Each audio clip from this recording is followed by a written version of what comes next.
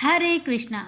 आप सभी भक्तों पर विष्णु भगवान माता लक्ष्मी की कृपा सदा सर्वदा बनी रहे।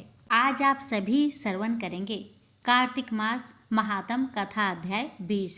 आज की कथा शुरू करने से पहले आप सभी श्रवण करें विनायक चतुर्थी की पावन कथा। इस दिन विघ्नहर्ता गणेश जी की विधिवत पूजा की जाती है। विनायक चतुर्थी का व्रत रखने से साधक को सुख वैभव की प्राप्ति होती है और उसके सारे बिगड़े काम भी बनते हैं। विनायक चतुर्थी का व्रत मनोकामना की पूर्ति के लिए भी बहुत उत्तम माना जाता है। इस दिन व्रत को करने से साधक की सारी इच्छाओं की पूर्ति होती है। तो आइए प्यारे भक्तों, आप सभी भक्तों की मंगल कामना को करते हुए इस कथा को बड़े ही श्रद्धा से श्रवण करते हैं। एक बार माता पार्वती और भगवान शिव नर्मदा नदी के किनारे बैठकर चौपर खेल रहे थे। तभी यह प्रश्न खड़ा हुआ कि खेल में हार जीत का फैसला कौन करेगा। इस पर भगवान शिव ने एक कुछ तिनके एकत्रित कर उनका एक पुतला बनाया और उसमें प्राण डाल दिए। इसके बाद भगवान शिव ने उस बालक से कहा कि हमारे इस चौपर के खेल में तुम्हें हार जीत का निर्णय करना है। चौपर का खेल 3 बार खेला गया और तीनों बार माता पार्वती जीत गई। लेकिन जब उस बालक से हार जीत का फैसला करने को कहा गया तो उसने भगवान शिव को विजयी बताया। बालक का यह निर्णय सुनकर माता पार्वती को बहुत क्रोध आया, जिसके चलते उन्होंने उस बालक को अपाहिज होने का श्राप दे दिया। बाद में उस बालक ने अपनी गलती के लिए माता पार्वती से क्षमा मांगी। इस पर माता पार्वती ने कहा कि यह गणेश जी की पूजा के लिए नाग कन्या आएगी। उनके कहे अनुसार तुम व्रत करना, इससे तुम श्राप से मुक्त हो जाओगे। कई समय बाद वह नाग कन्या आई और उन्होंने गणेश जी की व्रत की विधि उस बालक को भी बताई। फिर उस बालक ने भी 21 दिनों तक भगवान गणेश का व्रत किया। इससे भगवान गणेश प्रसन्न हुए और उस बालक को श्राप से मुक्त कर दिए।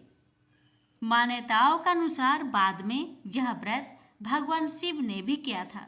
प्रेम से बोलिए विनायक जी की जय। एक बुढ़िया माई थी, मिट्टी के गणेश जी की पूजा करती थी। रोज बनाए रोज गल जाए। एक सेठ का मकान बन रहा था। वो बोली, पत्थर का गणेश बना दो। मिस्त्री बोले, जितने हम तेरा पत्थर का गणेश करेंगे उतने में अपनी दीवार ना चिनेंगे। बुढ़िया बोली, राम करे तुम्हारी दीवार टेढ़ी हो जाए। अब उनकी दीवार टेढ़ी हो गई। वो चीने और ढा देवे, चीने और ढा देवे। इस तरह करते करते शाम हो गई। शाम को सेठ आया। उसने कहा, आज कुछ भी काम नहीं किया। वो कहने लगे, एक बुढ़िया आई थी, वो कह रही थी मेरा पत्थर का गणेश गर दो। हमने नहीं गरा तो उसने कहा तुम्हारी दीवार टेढ़ी हो जाए। तब से दीवार सीधी नहीं बन रही है। बनाते हैं और ढा देते हैं। सेठ ने बुढ़िया को बुलवाई। सेठ ने कहा, हम तेरा सोने का गणेश गढ़ देंगे, हमारी दीवार सीधी कर दो। सेठ ने बुढ़िया को सोने का गणेश गढ़ दिया। सेठ की दीवार सीधी हो गई। जैसे सेठ की दीवार सीधी की वैसे सबकी करना। कहानी कहने वाले, सुनने वाले, हुक्कार भरने वाले सभी पर अपनी कृपा सदा बनाए रखना। प्रेम से बोलिए गजानंद भगवान की जय। एक बार माता पार्वती और भगवान शिव एक नदी के किनारे, नर्मदा नदी के किनारे बैठकर चौपर खेल रहे थे। तभी यह प्रश्न खड़ा हुआ कि खेल में हार जीत का फैसला कौन करेगा। इस पर भगवान शिव ने एक कुछ तिनके एकत्रित कर उनका एक पुतला बनाया और उसमें प्राण डाल दिए। इसके बाद भगवान शिव ने उस बालक से कहा कि हमारे इस चौपर के खेल में तुम्हें हार जीत का निर्णय करना है। चौपर का खेल 3 बार खेला गया और तीनों बार माता पार्वती जीत गई। लेकिन जब उसे बालक से हार जीत का फैसला करने को कहा गया तो उसने भगवान शिव को विजयी बताया।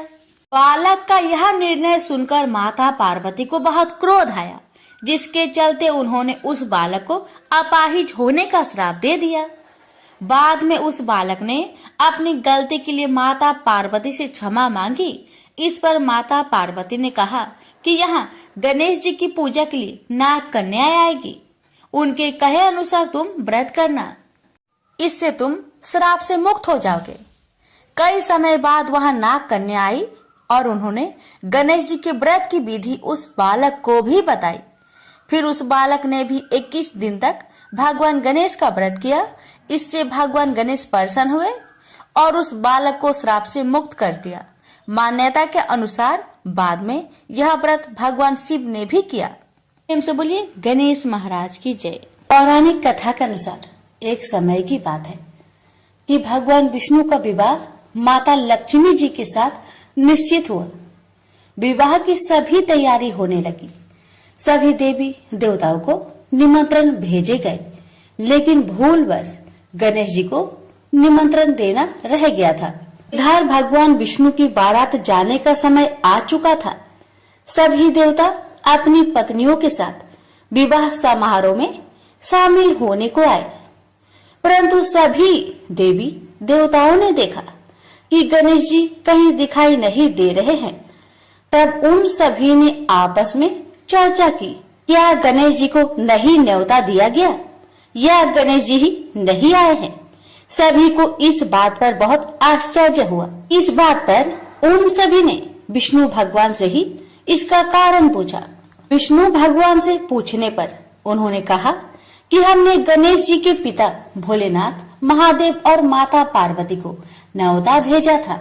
यदि गणेश जी अपने पिता के साथ आना चाहते तो आ जाते, अलग से उन्हें न्योता देने की कोई आवश्यकता भी नहीं थी। दूसरी बात यह है, उनको खाने में 1.25 मन मूंग, 1.25 मन चावल, 1.25 मन घी और 1.25 मन लड्डू का भोजन चाहिए। यदि गणेश जी नहीं आएंगे तो कोई बात नहीं, दूसरे के घर जाकर इतना सारा खाना पीना अच्छा भी नहीं लगता। इतना वार्ता कर ही रहे थे कि किसी एक ने सुझाव दिया, यदि गणेश जी आते तो उनको द्वारपाल बनाकर बैठा सकते थे कि आप घर की याद रखना। आप तो चूहे पर बैठकर धीरे धीरे चलोगे तो बारात में बहुत पीछे रह जाओगे। यह सुझाव सबको पसंद आ गया, तो फिर विष्णु भगवान ने भी अपनी सहमति दे दी।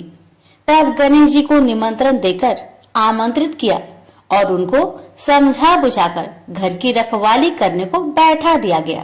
बारात चल दी। तब नारद जी ने देखा कि गणेश जी तो दरवाजे पर ही बैठे हुए हैं, तो वे गणेश जी के पास गए और रुकने का कारण पूछा। गणेश जी कहने लगे कि विष्णु भगवान ने मेरा बहुत अपमान किया है। नारद जी ने कहा कि आप अपनी मूषक सेना आगे भेज दो तो वह रास्ता खोद देगी, जिससे उनके वाहन धरती में धंस जाएंगे। तब आपको सम्मान पूर्वक बुलाना पड़ेगा। अब तो गणेश जी ने अपनी मूषक सेना को आदेश दिया, जाओ, और सेना ने जमीन पोली कर दी। जब बारात वहां से निकली तो रथों के पहिए धरती में धंसने लगी। आप कोशिश की परंतु पहिए नहीं निकले। सभी ने अपने अपने उपाय किए परंतु पहिए तो नहीं निकले, बल्कि जगह जगह से टूटने लगे। किसी को समझ में नहीं आ रहा था कि अब क्या किया जाए। तब तो नारद जी ने आकर कहा, आप लोगों ने गणेश जी का अपमान किया, जिस कारण यह विघ्न आ रहे हैं। यदि उन्हें मनाकर लाया जाए तो आपका कार्य सिद्ध हो सकता है और यह संकट टल सकता है। शंकर भगवान ने अपने दूत नंदी को भेजा और वे गणेश जी को लेकर आए। गणेश जी का आदर सम्मान के साथ पूजन किया गया। फिर रथ के पहिए निकलने लगे और यह संकट टल गया। अब रथ के पहिए निकल तो गए परंतु वे टूट फूट गए थे, तो उन्हें सुधारे कौन। पास के खेत में एक खाती काम कर रहा था। उसे बुलाया गया। खाती अपना कार्य करने से पहले श्री गणेशाय नमः कहकर गणेश जी की वंदना मन ही मन करने लगा। देखते ही देखते खाती ने सभी पहियों को ठीक कर दिया। तब खाती कहने लगा कि हे देवताओं, आपने सर्वप्रथम गणेश जी को नहीं मनाया होगा और न ही उनकी पूजन की होगी, इसलिए तो आपके साथ यह संकट आया है। मैं तो मूर्ख अज्ञानी हूँ, फिर भी पहले गणेश जी को पूजते हैं, उनका ध्यान करते हैं। आप लोग तो देवगण हैं, फिर भी आप गणेश जी को कैसे भूल गए? अब आप लोग भगवान श्री गणेश जी की जय बोलकर जाए तो आपके सब काम बन जाएंगे और कोई संकट भी नहीं आएगा। ऐसा कहते हुए बारात वहां से चल दी और विष्णु भगवान का लक्ष्मी जी के साथ विवाह संपन्न करा के सभी सकुशल घर लौट आए। हे गणेश जी महाराज, आपने विष्णु को जैसा कारज सरियो, ऐसा कारज सबको सिद्ध करिजो। बोलिए गजानन भगवान की जय। पथवारी माता की कहानी। एक बार पथवारी माता पाल और विनायक जी में झगड़ा हो गया। सब आपस में स्वयं को बड़ा बताने लगे। इतने में एक ब्राह्मण का लड़का आया। पाल, पथवारी, गजानन जी ने उसे रोका और कहा, लड़के रुक जा और हमारा न्याय कर। लड़का बोला, मैं कल वापस आऊंगा, तब न्याय करूंगा। घर आकर लड़के ने माँ से कहा, माँ, मुझे कल पाल, पथवारी माता, विनायक जी का न्याय चुकाना है। तो माँ ने कहा, बेटा सबको बड़ा बता देना। दूसरे दिन लड़का वहां गया और बोला, पाल माता, आप बड़ी हो, क्योंकि हर व्यक्ति आता है और स्नान ध्यान करके शुद्ध होकर जाता है और आप सबकी रक्षा करती हैं। हे पथवारी माता, आप सबसे बड़ी हो, क्योंकि कितने भी तीर्थ धर्म ध्यान कर ले पर आपकी पूजा किए बिना उनका कार्य पूर्ण नहीं होता। आप जीवित को भी तारती हैं और मरने के बाद भी उद्धार करती है। पथवारी माता पथ की धारिणी, इसलिए आप बड़ी हो। अब विनायक जी से लड़का बोला, सबसे पहले शुभ काम में आपको ही मनाया जाता है। आपको ध्याए बिना कोई काम सिद्ध नहीं होता, इसलिए आप बड़े हो। पाल माता, पथवारी माता, विनायक जी भगवान लड़के की चतुराई से प्रसन्न हो गए और बोले, लड़के तुमने तो हम सबको बड़ा कर दिया, उसको सुखी रहने का आशीर्वाद दिया और जौ के दाने उसके अंगोछे में डाल दिया। लड़का सोचने लगा, ये तो घाटे का सौदा रहा। सारा दिन खराब कर न्याय किया और इतने से जौ मिले। उदास मन से घर आकर अंगोछा एक कोने में डाल दिया। माँ ने अंगोछा उठाया तो उसमें से हीरे मोती बिखर गए। तो माँ बोली, बेटा न्याय करके क्या लाया है? लड़का बोला, माँ कोने में जो पड़ा है देख लो। वहां गई, देखा हीरे मोती का ढेर लगा है, हीरे मोती जगमगा रहे हैं। माँ अत्यधिक प्रसन्न हो गई। माँ ने बेटे को बुलाया और कहा, बेटा आज तो पाल माता, पथवारी माता, विनायक जी भगवान आज तो हम पर प्रसन्न हुए हैं। माँ बेटे बहुत प्रसन्न हुए। हे भगवान, जैसा पाल माता, पथवारी माता, विनायक जी भगवान ने लड़के को दिया, वैसे सबको देना। कहानी कहने, सुनने, हुक्कर भरने वालों को सुख समृद्धि धन्य धान्य देना। प्रेम से बोलिए पाल, पथवारी, विनायक भगवान की जय। अब सुनिए कार्तिक महात्म का आगे की अध्याय। पिछले अध्याय में आपने सुना था कि वृंदा के शरीर का तेज श्री पार्वती जी के शरीर में चला गया और आकाश में जय जयकार होने लगी। पतिव्रत धर्म के प्रभाव से वृंदा ने मुक्ति प्राप्त की। अब सुनिए आगे की अध्याय। राजा पृथु ने पूछा, हे देवर्षि, इसके पश्चात युद्ध में क्या हुआ तथा वह दैत्य कैसे मारा गया? कृपा करके उस कथा को मुझसे कहिए। नारद जी ने कहा कि जब गिरिजा वहां से अदृश्य हो गई और गंधर्वी माया भी विलीन हो गए, तब भगवान वृषभ ध्वज चैतन्य हो गए। उन्होंने लौकिकता व्यक्त करते हुए बड़ा क्रोध किया। फिर भगवान शंकर जलंधर से युद्ध करने लगे। जलंधर शंकर के बाणों को काटने लगा, परंतु जब काट ना सका तो उसने माया की पार्वती बनकर अपने रथ से बांध ली। विलाप कर रही थी, तब अपनी प्रिय पार्वती को इस तरह कष्ट में पड़ा देखकर शंकर जी लौकिक लीला दिखाते हुए संसारिक जनों की तरह व्याकुल हो गए और उन्होंने अग्नि पुंज की तरह भयंकर रौद्र रूप धारण किया। उनके रौद्र रूप को देखकर कोई भी दैत्य उनके सामने खड़ा होने में समर्थ न हो सका। यहाँ तक कि शुभ निशुभ भी युद्ध में स्थित होने को समर्थ न हो सके। जलंधर की सारी माया क्षण भर में नष्ट हो गई। युद्ध में चारों ओर हाहाकार मचने लगा। शिव जी ने उन भागते हुए शुभ निशुभ को श्राप देकर बड़ा धिक्कारा और कहा, तुम दोनों बड़े दुष्ट हो, तुमने मेरा बड़ा अपराध किया है। तुम पार्वती को मारते थे और अब युद्ध से भागते हो। भागते को मारना पाप है, इसलिए अब मैं तुम्हें नहीं मारूंगा, परंतु गौरी तुम्हें अवश्य मारेगी। शिव जी के ऐसा कहने पर समुद्रपुत्र जलंधर क्रोध में अग्नि के समान प्रज्वलित हो उठा और उसने शिव जी पर घोर बाणों की वर्षा करके धरती पर अंधकार फैला दिया। तब उस दैत्य की ऐसी चेष्टा देखकर शंकर जी बड़े ही क्रोधित हुए तथा उन्होंने अपने बनाए हुए सुदर्शन चक्र को चलाकर उसका सिर काट लिया और एक प्रचंड शब्द के साथ उसका सिर धरती पर गिर पड़ा और भयंकर हाहाकार होने लगा। जल पर्वत के समान उसके शरीर के दो खंड हो गए। उसके रुधिर से संग्राम भूमि व्याप्त हो गई। सारी धरती बिहल हो गई। शिव जी की आज्ञा से उसका रक्त और मांस महासौरभ में जाकर रक्त का कुंड हो गया तथा उसके शरीर का तेज निकलकर शंकर जी के शरीर में वैसे ही प्रवेश कर गया जैसे कि वृंदा का तेज गौरी जी के शरीर में प्रवेश हुआ था। जलंधर को मरा हुआ देखकर देवता और गंधर्व सब प्रसन्न हो गए। प्रेम से बोलिए लक्ष्मी नारायण की जय, उमापति शंकर भगवान की जय। यहीं पर कार्तिक मास कथा अध्याय 20 समाप्त हुआ। अब सुनेंगे 21वां अध्याय। ब्रह्मा आदि देवताओं ने नतमस्तक होकर शंकर जी की बड़ी स्तुति की और बोले, हे प्रभु, प्रकृति से परे पर ब्रह्मा और परमेश्वर है। आप निर्गुण निर्विकार व सबके ईश्वर होकर भी नित्य अनेक प्रकार के कर्मों को करते हैं।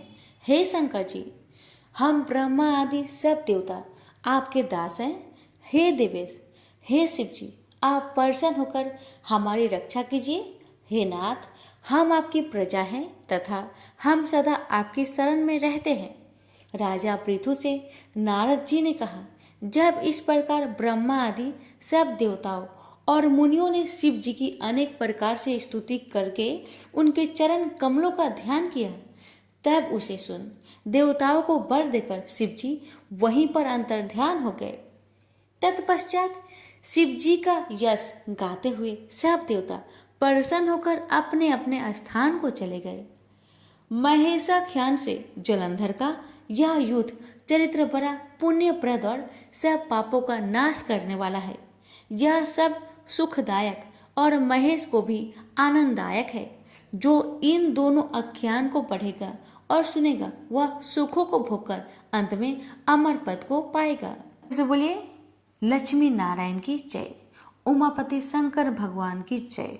पर कार्तिक मास कथा अध्याय 21वां समाप्त हुआ। प्यारे भक्तों, अब आप सभी श्रवण करेंगे विष्णु पुराण का दूसरा भाग की कथा। आप सभी विष्णु भक्त से हमारी निवेदन है कि कथा को एक शेयर अवश्य कीजिएगा। भगवान आप सभी भक्तों की हर मनोकामना को पूर्ण करे। इसी मंगल कामना के साथ आगे की कथा शुरू करते हैं। सत्यव्रत की बातें सुनकर मछली समुद्र के बीच में पहुंची।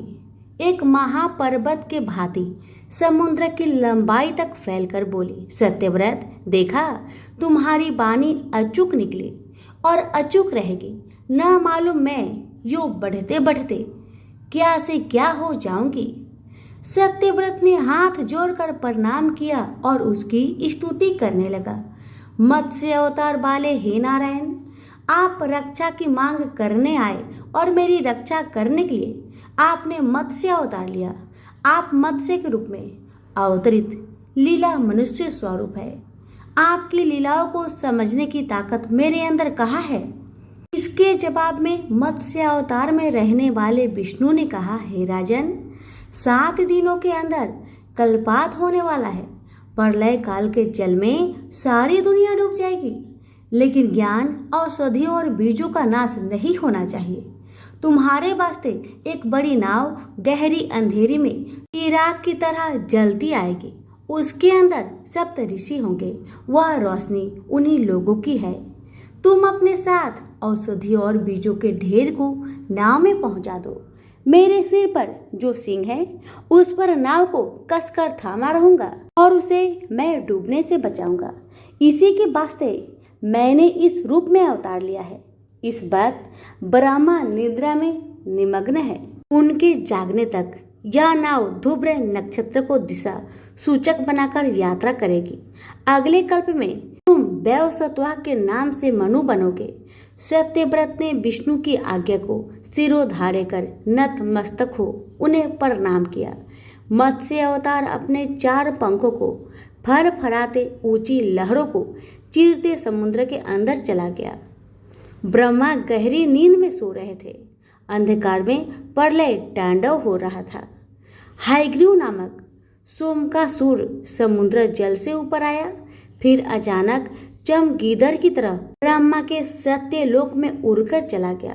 ब्रह्मा जब नींद के मारे पहले जमाइया ले रहे थे, तब उनके चारों मुखों से सफेद, लाल, पीले और नीले रंगों में चमकने वाले 4 वेद बाहर निकले और नीचे गिर गए। हायग्रीव ने उन वेदों को उठा ले जाकर समुद्र के अंदर छिपा दिया।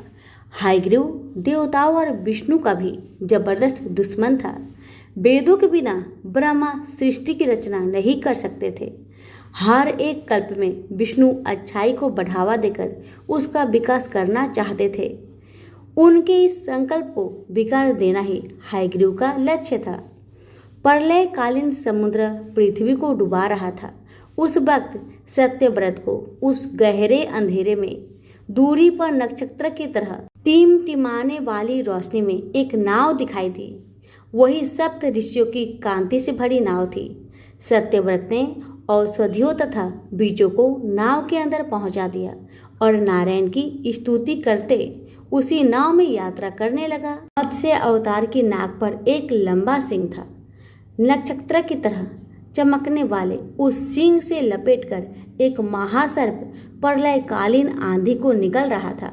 मत्स्य अवतार अपने पंखों से लहरों को रोकते समुद्र को चीरते नाव को सुरक्षित ले जा रहा था। ध्रुव नक्षत्र को मार्गदर्शन बनाकर वह नाव फूल की तरह तीरते आगे बढ़ रही थी। समुद्र के गर्भ में छिपाए गए वेदों का पहरा देते सोमकासुर समुद्र के भीतर टहल रहा था। चारों वेद 4 शिशुओं के रूप में बदलकर किलकारियां कर रहे थे। मत्स्य अवतार वेदों की खोज करते हुए आगे चल पड़ा। मत्स्य अवतार को देखते ही सोमकासुर घबरा गया। फिर भी हिम्मत बटोरकर वह अपना कांटों वाला गद्दा हाथ में लेकर जूझ पड़ा। उस समय तक विष्णु का अवतार मत्स्य के रूप में कमर तक हो गया था। उसमें चारों हाथ निकल आए थे। देखते देखते मत्स्य अवतार और सोमकासुर के बीच भीषण लड़ाई छिड़ गई। सोमकासुर समुद्र जल में पहुंचकर भागने लगा। इस पर विष्णु ने अपने चक्र से उसके टुकड़े टुकड़े कर दिए। विष्णु शिशुओं के रूप में स्थित वेदों को अपनी बग में दबाकर पानी के ऊपर आ गए। वे चारों शिशु विष्णु के कंठहार में शोभा देने वाले त्रिवत्स तथा कोषधुप मणियों के साथ नन्हे हाथों से खेलते हुए किलकारियां मार रहे थे। चारों बच्चे सफेद, लाल, पीले व नीले रंग की कांतियों से चमक रहे थे। विष्णु के हाथों में शंख और चक्र शोभ्यमान थे। विष्णु के मत्स्य अवतार को देख ऋषि और सत्यव्रत तन्मय हो हाथ उठाकर उनकी स्तुति करने लगे। प्रलय तांडव शांत हो गया था। जहां तहां भूमि दिखाई देने लगी थी। नाव भी अपने लक्ष्य पर पहुंच गई। ब्रह्मा के लिए दिन और रात का समय बराबर था। उनकी निद्रा का समय पूरा होने को था। आसमान में प्रकाश की किरण फूट रही थी। नया कल्प शुरू हो रहा था। सरस्वती देवी पहले जाग उठी। उन्होंने अपनी वीणा पर भूपाल राग का आलाप किया। ब्रह्मा जाग उठे। उन्हें लगा कि उनके चारों सिरों में कोई अशांति फैली है। फिर परख कर देखा तो वेद गायब थे। इसी चिंता में ब्रह्मा कुछ परेशान थे। तभी विष्णु ने मत्स्य अवतार में प्रत्यक्ष हो उनके हाथ में वेद सौंप दिए। ब्रह्मा ने विष्णु के मत्स्य अवतार को जी भरकर देखा, तब अपने हाथ जोड़कर चारों मुखों से उनकी स्तुति की। हे नारायण, जो व्यक्ति आपके मत्स्य अवतार का ध्यान करता है उसकी सारी विपदाएं इस तरह हट जाएगी जैसे प्रलय के रूप में उपस्थित सारी विपदाएं दूर हो जाती है और उनका अज्ञान रूपी अंधकार हट जाएगा। विष्णु के द्वारा मत्स्य अवतार लेने का कार्य सफल हो गया, इसलिए वे अंतर ध्यान होकर अपने निवास बैकुंठ में पहुंचे। ब्रह्मा ने वेद लेकर सृष्टि की रचना शुरू की। सत्यव्रत, श्रद्धादेव, वैवस्वत के नाम से मनु हुए। सप्तऋषि आसमान में अपने अपने स्थानों में पहुंचकर सप्तऋषि मंडल के रूप में प्रकाशित होते हुए धूपरी की प्रदक्षिणा करते घूमने लगे। यो सूत महर्षि ने कहानी सुनाई। इस पर मुनियों ने पूछा, सूत महर्षि, हम लोग ध्रुव की कहानी सुनना चाहते हैं। सूत मुनि यो सुनाने लगे, इस विशाल विश्व में सबसे ज्यादा ऊंचा स्थान ही ध्रुव मंडल है। वही विश्व स्वरूप विष्णु के सिर का स्थान है। ऐसा ऊंचा स्थान पाने वाला ध्रुव उत्तानपाद नामक एक राजा के पुत्र थे। ध्रुव की माता सुनीति राजा उत्तानपाद की ज्येष्ठ पत्नी थी। सुरुचि छोटी रानी थी। राजा सुरुचि को ज्यादा प्यार करते थे। एक दिन राजा उत्तानपाद छोटी रानी सुरुचि के पुत्र उत्तम को अपनी जांग पर बैठाकर प्यार जता रहे थे। तभी वहां पर ध्रुव आ गया। उनके मन में भी अपने पिता की जांग पर बैठने की इच्छा थी। वह बड़ी लालसा से अपने पिता की आंखों में देखता रहा। उस वक्त सुरुचि वहीं पर थी। राजा सुरुचि से डरकर ध्रुव को देखकर भी अनदेखा सा कर दिए। ध्रुव ने सोचा था कि उसके पिता उसको भी अपने छोटे भाई के जैसे अपनी जांग पर बैठाएंगे, पर ऐसा ना होते देख उसे रोना आया। उसके गालों पर आंसू मोती जैसे चमक उठे। ध्रुव की हालत देख सुरुचि खिलखिलाकर हंस पड़ी और बोली, अरे बदकिस्मत के बच्चे, चाहे तुम जिंदगी भर तपस्या क्यों ना करो, मेरे पुत्र के समान तुम्हें अपने पिता की जांग पर बैठने का भाग्य प्राप्त ना होगा। मेरे पेट में पैदा होंगे तभी तुम्हें यह सौभाग्य प्राप्त होगा।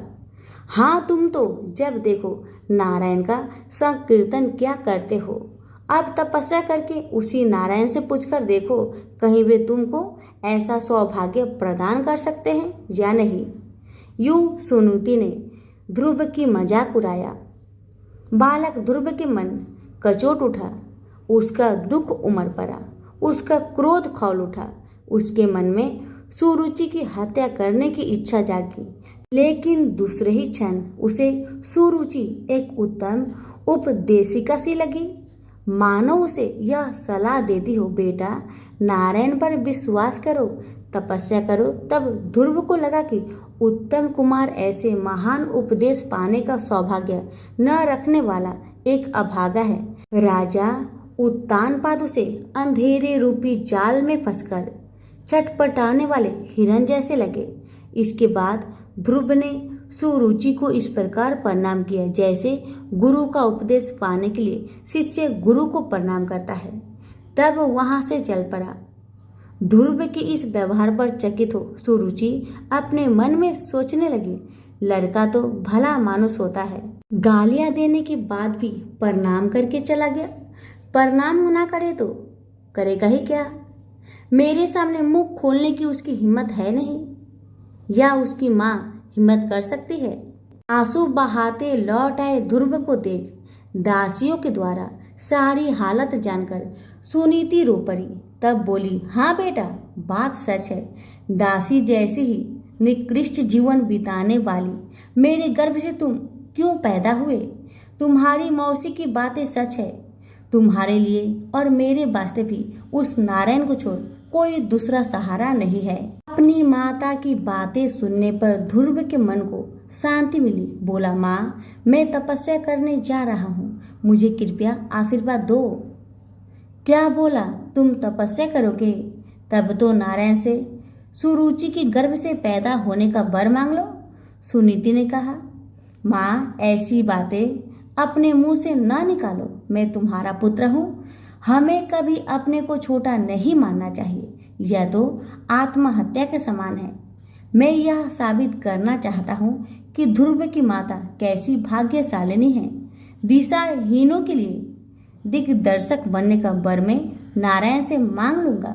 यह कहकर ध्रुव उसी वक्त घर से चल पड़े। रास्ते में नारद मुनि से बालक ध्रुव की मुलाकात हुई। नारद ने पूछा, हे ध्रुव कुमार, लगता है कि तुम खेलने के लिए चल पड़े। स्वामी, मैं तपस्या करने जा रहा हूँ, ध्रुव ने जवाब दिया। ओह, तपस्या नामक कोई खेल भी है? तब तो खूब खेलो बेटा, नारद ने मजाक किया। मुनिवर, यह कोई खेल नहीं, सचमुच मैं तपस्या करने के लिए जा रहा हूँ, ध्रुव ने स्पष्ट शब्दों में कहा। उफ, यह बात है, इस छोटी सी बात को लेकर तुम तपस्या करने जा रहे हो? मेरे साथ चलो, मैं देखूंगा कि तुम्हारे पिता तुमको अपनी जांग पर क्यों नहीं बैठाते। नारद ने कहा, स्वामी, मैं किसी की दया नहीं चाहता, सबसे उत्तम नारायण का अनुग्रह मुझे चाहिए। इसी वास्ते मैं तपस्या करने के लिए जंगल में जा रहा हूँ, ध्रुव ने कहा। तपस्या करना कोई हंसी खेल की बात नहीं बेटा। जंगल में शेर, बाघ वगैरह बहुत खूंखार जानवर होते हैं। धूप, जाड़ा और बरसात का सामना करना पड़ता है। मेरी बात मानकर घर चलो, नारद जी ने समझाया। मुनिवर, मैं क्षत्रिय हूँ, अपमान सहते हुए जिंदा नहीं रह सकता। क्या आप मुझे कायरता की दवा पिलाने आए हैं? ध्रुव ने पूछा। बेटा ध्रुव, मैंने तुम्हारा दृढ़ निश्चय जानने के लिए ही ये बातें कही है। एक जमाने में मैं भी अनाथ बालक बनकर अनेक अपमान और अत्याचारों का शिकार हो अंत में तपस्या की थी। तुम मधुबन में जाकर ओम नमो नारायण आप करते तपस्या करो, मैं तुमको आशीर्वाद देता हूँ, अपने कार्य में सफल होकर लौट आओ, नारद ने समझाया। ये बातें सूत मुनि के मुंह से सुनकर मुनियों ने पूछा, मुनिद्र, नारद ने अपमान और अत्याचार का सामना कैसे किया? नारद का वृत्तांत सुनने का कौतूहल हमारे मन में पैदा हो रहा है। सभी प्रेम से बोलिए, लक्ष्मी नारायण की जय। यहीं पर हमारी विष्णु पुराण कथा भाग 2 समाप्त हुआ। अब अगली वीडियो में सुनेंगे विष्णु पुराण कथा भाग 3। धन्यवाद। मंगलवार व्रत कथा। व्यास जी ने कहा, एक बार नैमिषारण्य तीर्थ में 80,000 मुनि एकत्र होकर पुराणों के ज्ञाता श्री सूत जी से पूछने लगे, हे महामुने, आपने हमें अनेक पुराणों की कथाएं सुनाई हैं। आप कृपा करके हमें ऐसा व्रत और कथा बताइए जिसके करने से संतान की प्राप्ति हो तथा मनुष्य को रोग, शोक, अग्नि, सर्व दुख आदि का भय दूर हो, क्योंकि कलयुग में सभी जीवों की आयु बहुत कम है। फिर इस पर उन्हें रोग, चिंता के कष्ट लगे रहेंगे तो फिर वह श्री हरि के चरणों में अपना ध्यान कैसे लगा सकेंगे। श्री सूत जी बोले, हे मुनियों, आपने लोक कल्याण के लिए बहुत ही उत्तम बात पूछी है। एक बार युधिष्ठिर ने भगवान श्री कृष्ण से लोक कल्याण के लिए यही प्रश्न किया था।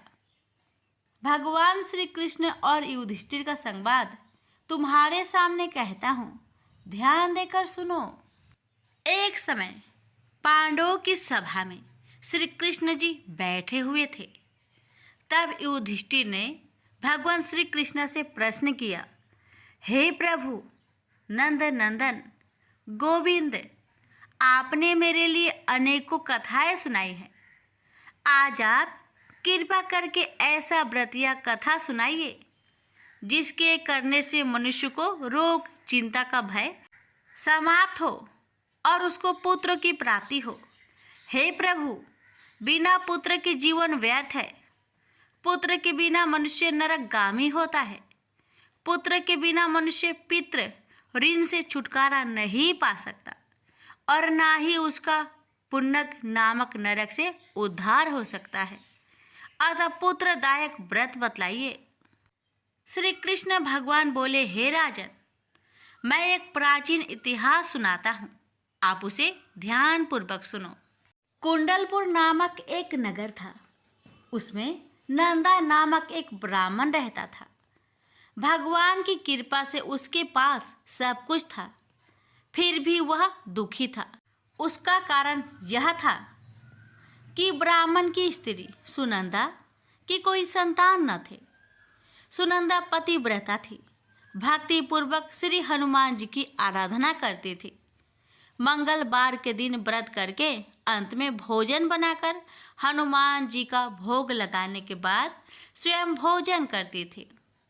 एक बार मंगलवार के दिन ब्राह्मणी गृह कार्य की अधिकता के कारण हनुमान जी को भोग ना लगा सके, तो इस पर उसे बहुत दुख हुआ।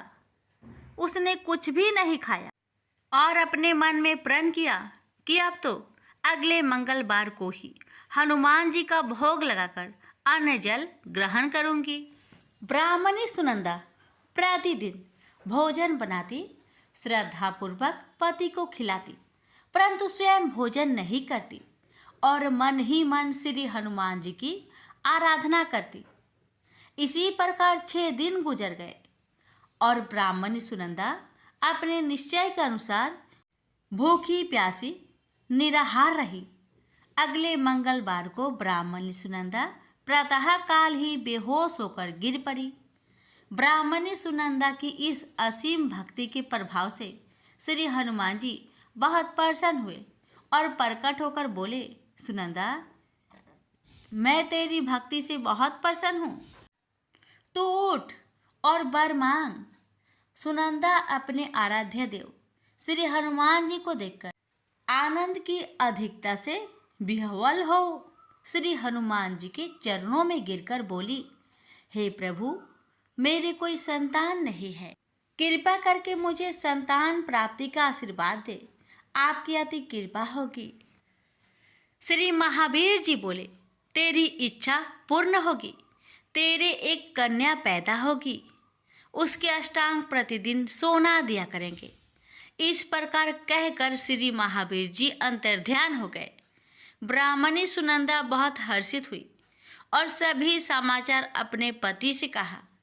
ब्राह्मण देव कन्या का वरदान सुनकर कुछ दुखी हुआ, परंतु सोना मिलने की बात सुनी तो बहुत प्रसन्न हुआ। विचार किया कि ऐसी कन्या के साथ मेरी निर्धनता भी समाप्त हो जाएगी। श्री हनुमान जी की कृपा से वह ब्राह्मणी गर्भवती हुई और 10वें महीने में उसे बहुत ही सुंदर पुत्री प्राप्त हुई। यह बच्ची अपने पिता के घर में ठीक उसी तरह बढ़ने लगी जिस प्रकार शुक्ला पक्ष की चंद्रमा बढ़ता है। 10वें दिन ब्राह्मण ने उस बालिका का नामकरण संस्कार कराया। उसके कुल पुरोहित ने उस बालिका का नाम रत्नावली रखा, क्योंकि यह कन्या सोना प्रदान किया करती थी। इस कन्या ने पूर्व जन्म में बड़े ही विधान से मंगल देव का व्रत किया था। रत्नावली का अष्टांग बहुत सा सोना देता था। उस सोने से नंदा ब्राह्मण बहुत ही धनवान हो गया। अब ब्राह्मणी भी बहुत अभिमानी करने लगी। समय बीतता रहा। अब रत्नावली 10 वर्ष की हो चुकी। एक दिन जब नंदा ब्राह्मण प्रसन्नचित्त था, तब सुनंदा ने अपने पति से कहा, मेरी पुत्री रत्नावली विवाह के योग हो गई है, अतः आप कोई सुंदर तथा योग वर देकर इसका विवाह कर दे। यह सुन ब्राह्मण बोला, अभी तो रत्नावली बहुत छोटी है। तब ब्राह्मणी बोली, शास्त्रों की आज्ञा है कि कन्या 8वें वर्ष में गौरी, 9 वर्ष में रोहिणी, 10वें वर्ष में कन्या, इसके पश्चात रजवाला हो जाती है। गौरी के दान से पाताल लोक की प्राप्ति होती है, रोहिणी के दान से वैकुंठ लोक की प्राप्ति होती है, कन्या के दान से इंद्रलोक में सुखों की प्राप्ति होती है। अगर हे पतिदेव रजवाला का दान किया जाता है तो घोर नरक की प्राप्ति होती है। इस पर ब्राह्मण बोला, अभी तो रत्नावली मात्र 10 ही वर्ष की है और मैंने तो 16-16 साल की कन्याओं का विवाह कराए हैं, अभी जल्दी क्या है।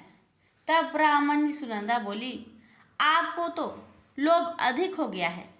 शास्त्रों में कहा गया है कि माता पिता और बड़ा भाई रजवाला कन्या को देखते हैं तो वह अवश्य नरकगामी होते हैं।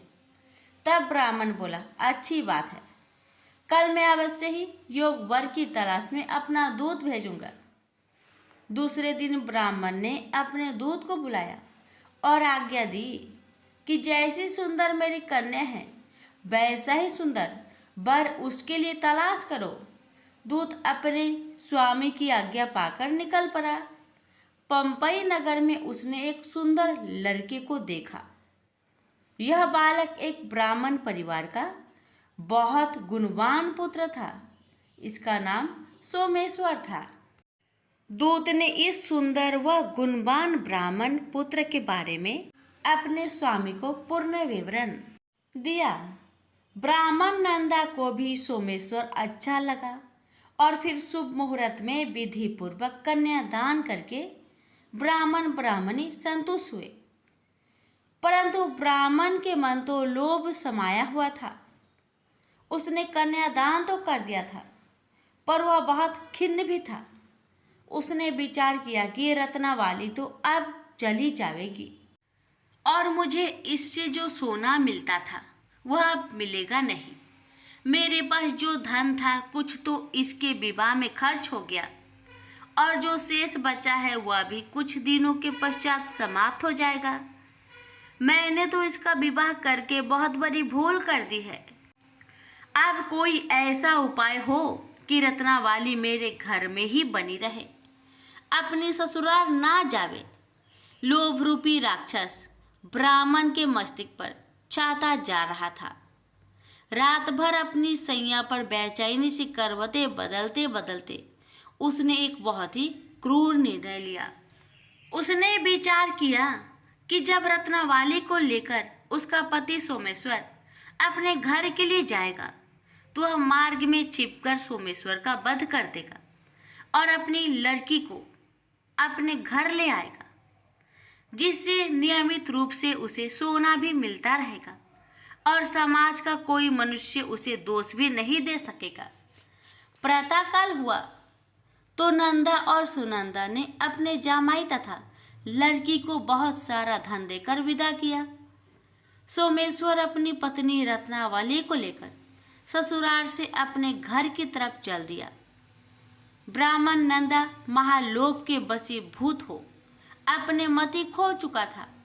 पाप पुण्य को उसे विचार न रहा था।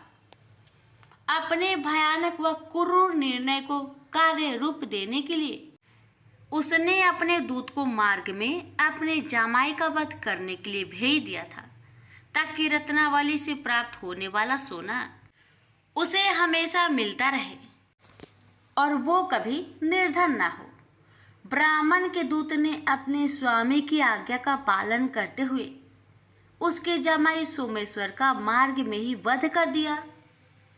समाचार प्राप्त कर ब्राह्मण नंदा मार्ग में पहुंचा और रुदन करती अपनी पुत्री रत्नावली से बोला, हे पुत्री, मार्ग में लुटेरों ने तेरे पति का वध कर दिया है। भगवान की इच्छा के आगे किसी का कोई बस नहीं चलता है। अब तू घर चल, वहां पर ही रहकर शेष जीवन व्यतीत करना। जो भाग्य में लिखा है वही होगा। अपने पति की अकाल मृत्यु से रत्नावली बहुत दुखी हुई। करुण क्रंदन व रुदन करते हुए अपने पिता से बोली, हे पिताजी, इस संसार में जिस स्त्री का पति नहीं है उसका जीना व्यर्थ है। मैं अपने पति के साथ ही अपने शरीर को जला दूंगी और सती होकर अपने इस जन्म को माता पिता के नाम को तथा सास ससुर के यश को सार्थक करूंगी। ब्राह्मण नंदा अपनी पुत्री रत्नावली के वचनों को सुनकर बहुत दुखी हुआ। विचार करने लगा, मैंने व्यर्थ ही जमाई वध का पाप अपने सिर लिया। रत्नावली तो उसके पीछे अपने प्राण तक देने को तैयार हो। मेरा तो दोनों तरफ से मरण हो गया। धन तो अब मिलेगा नहीं।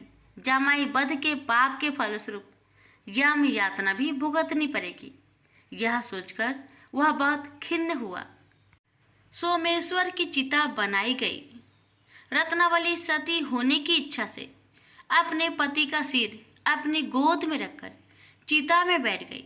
जैसे ही सोमेश्वर की चिता को अग्नि लगाई गई, वैसे ही प्रसन्न हो मंगलदेव वहां प्रकट हुए और बोले, हे रत्नावली, मैं तेरी पति भक्ति से बहुत प्रसन्न हूँ, तू वर मांग।